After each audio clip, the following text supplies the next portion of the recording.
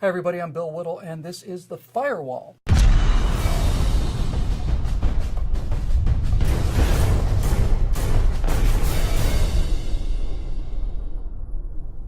Now, just as a quick public service announcement in these days of increasing lawlessness, federal encroachment on constitutional limits, and crybaby progressive whininess in general, I thought I might take a moment to pass out a little rhetorical ammunition to those of you who have to hear from people who, if they can no longer pretend that the Second Amendment doesn't exist, then at least try to misinterpret it to the best of their ability.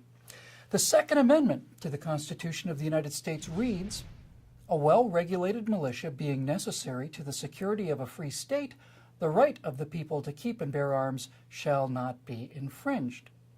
Now, progressives read this and say that only those people in a well-regulated militia have the right to keep and bear arms. Let's find out why this is utter nonsense, shall we? Now, over at the Constitution Society, author J. Neil Schulman conducted a remarkable exercise. He sent the text of the Second Amendment not to a lawyer, but to an expert on the English language. Roy Copperend taught journalism at USC for 17 years and served on the usage panel of the American Heritage Dictionary. Merriam-Webster's dictionary frequently cites him as an expert on American English usage. Now, I'm paraphrasing their remarkable exchange here, but basically, Schulman asked Copperend the following questions. 1. Can the sentence be interpreted to grant the right to keep and bear arms solely to a well-regulated militia?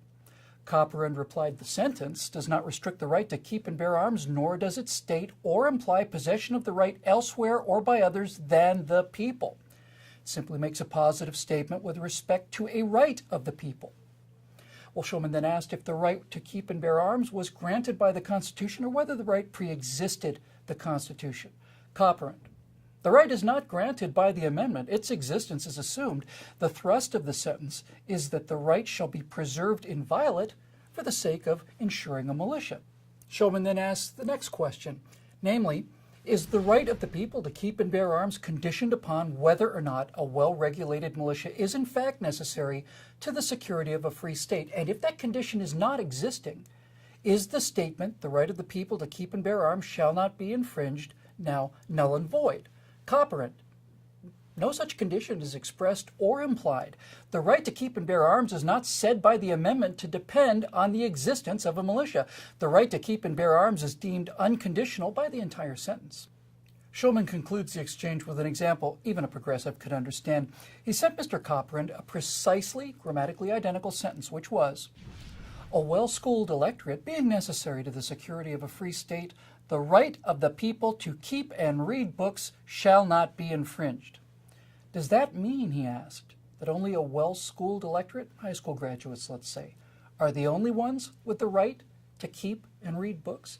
To which Mr. Copperend replied, there's nothing in your sentence that either indicates or implies the possibility of a restricted interpretation.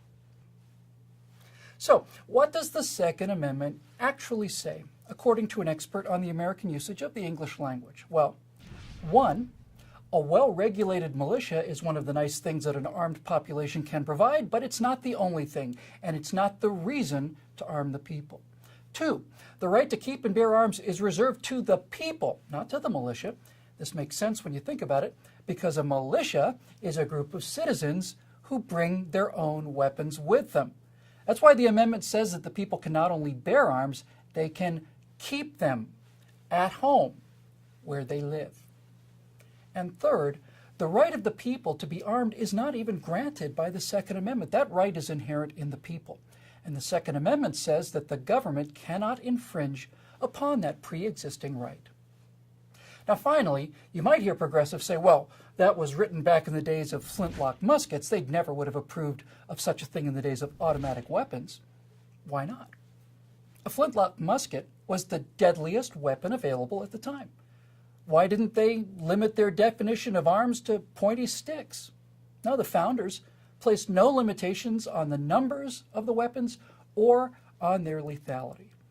And by the way, if the Second Amendment only applies to flintlock muskets, does that mean that your First Amendment freedom of speech only applies to what you write on parchment and quill and ink, or only as far as the sound of your voice can carry in a town square? Well, of course not. You know why? Because that would be ridiculous. please subscribe to our YouTube channel and be sure to visit us at truthrevolt.org. And to keep these messages coming, please consider making a donation by clicking here.